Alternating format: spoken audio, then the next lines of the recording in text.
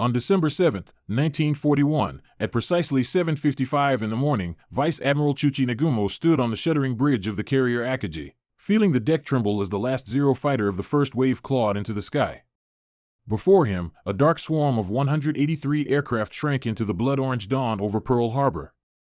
The Pacific stretched out, an endless sheet of hammered silver under a cloudless sky. Beside him, staff officers exchanged thin, satisfied smiles, the expressions of men who believed they had just bent the arc of history with a single, flawless blow. What none could have imagined, as the roar of engines faded into the morning calm, was that they had not merely attacked a fleet, but had ignited a revolution. Within 4 years, the very idea of a navy would be rewritten. The mighty battleships they revered as gods of war would be reduced to sinking, twisted steel, and the fragile aircraft they viewed as scouts and auxiliaries would become the undisputed sovereigns of the ocean. This is the story of how a single morning planted the seeds for the most profound transformation in warfare since the cannon, a story of innovation, industrial might, and the deadly cost of clinging to a vanishing age. The Japanese Imperial Navy had spent 30 years and countless resources perfecting the art of battleship warfare. In smoke-filled wardrooms, officers like Rear Admiral Mato Mugaki preached with theological certainty that decisive victory would only come when great battle lines exchanged titanic broadsides. Aircraft were useful tools, they conceded, eyes for the fleet, but never its fist. As we unravel this tale of tectonic shift, I'd love to know, where are you joining us from today? Drop a comment below, it truly helps this channel grow and bring you more deep dive stories like this. What these seasoned commanders were about to witness would vaporize every assumption they held dear.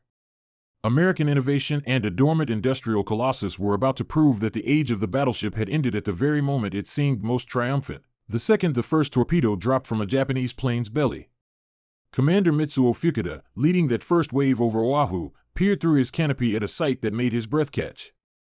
Below, 8 American battleships lay moored along Ford Island, not in defensive postures, but in peaceful, sleepy rows, like targets in a shooting gallery, he would later say.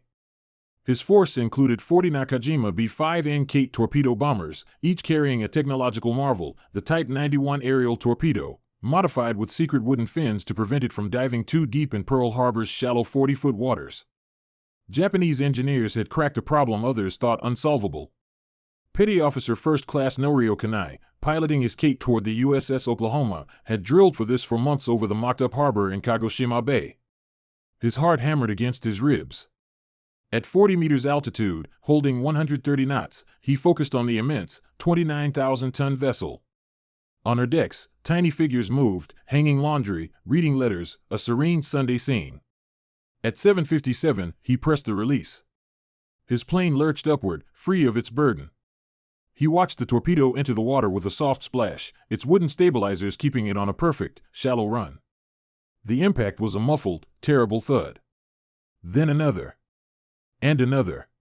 Within 2 minutes, 9 torpedoes had ripped into the Oklahoma's port side. Each tore a hole bigger than a house and unleashed the ocean.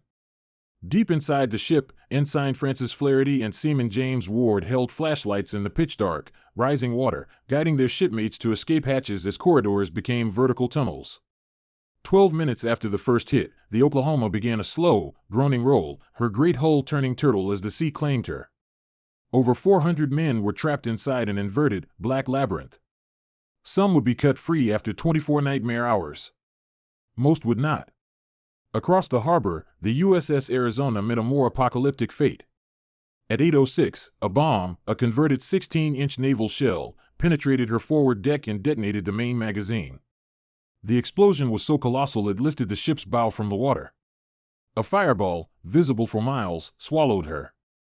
1,177 men died in an instant, a loss greater than most battles. From the bridge of the carrier Hiryu, Lieutenant Commander Toshio Nato, a 1928 graduate of the Etajima Naval Academy, watched reports stream in. He had been taught that naval battles were decided by guns firing over the horizon, with aircraft as mere messengers. What he saw now was heresy. In minutes, aircraft had achieved what a battle line might fail to do in hours. Yet, in victory, Japanese leadership faltered. Many, like Ugaki, saw Pearl Harbor as a trick, a surprise attack against unprepared foes. In a true fleet battle, they believed, battleships would still reign.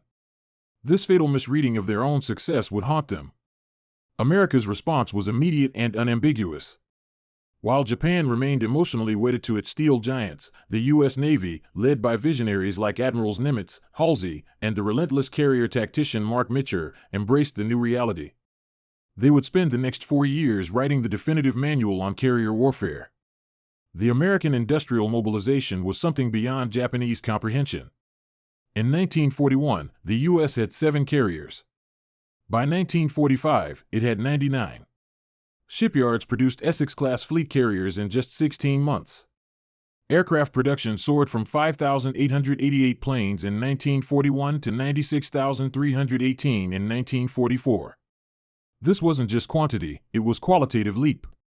The F-6F Hellcat, introduced in 1943, achieved a staggering 19-to-1 kill ratio. The climactic proof came in 2 acts. Act 1, the dismantling of a Titan. October 24, 1944, the Sibuyan Sea.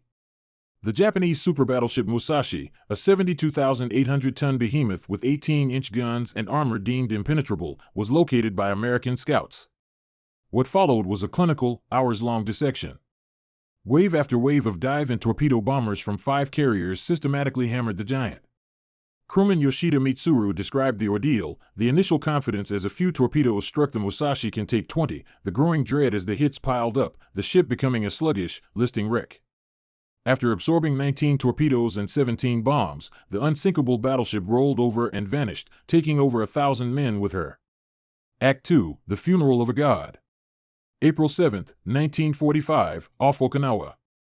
The legendary battleship Yamato, Musashi's sister ship, was sent on a one-way, sacrificial mission. American Admiral Mark Mitchell launched 386 aircraft from 11 carriers. For 2 hours, the Yamato was swallowed by a storm of steel and explosives. She suffered at least 12 torpedo and 7 bomb hits before a cataclysmic magazine explosion ripped her apart. Of her 3,000-man crew, only 269 survived. American losses, 10 aircraft. The psychological impact on Japanese commanders was devastating. Admiral Ogaki, who once mocked air power, spent the war's final months leading desperate kamikaze flights. His diary reveals a man broken by the obliteration of his entire worldview. The numbers tell the final, stark truth.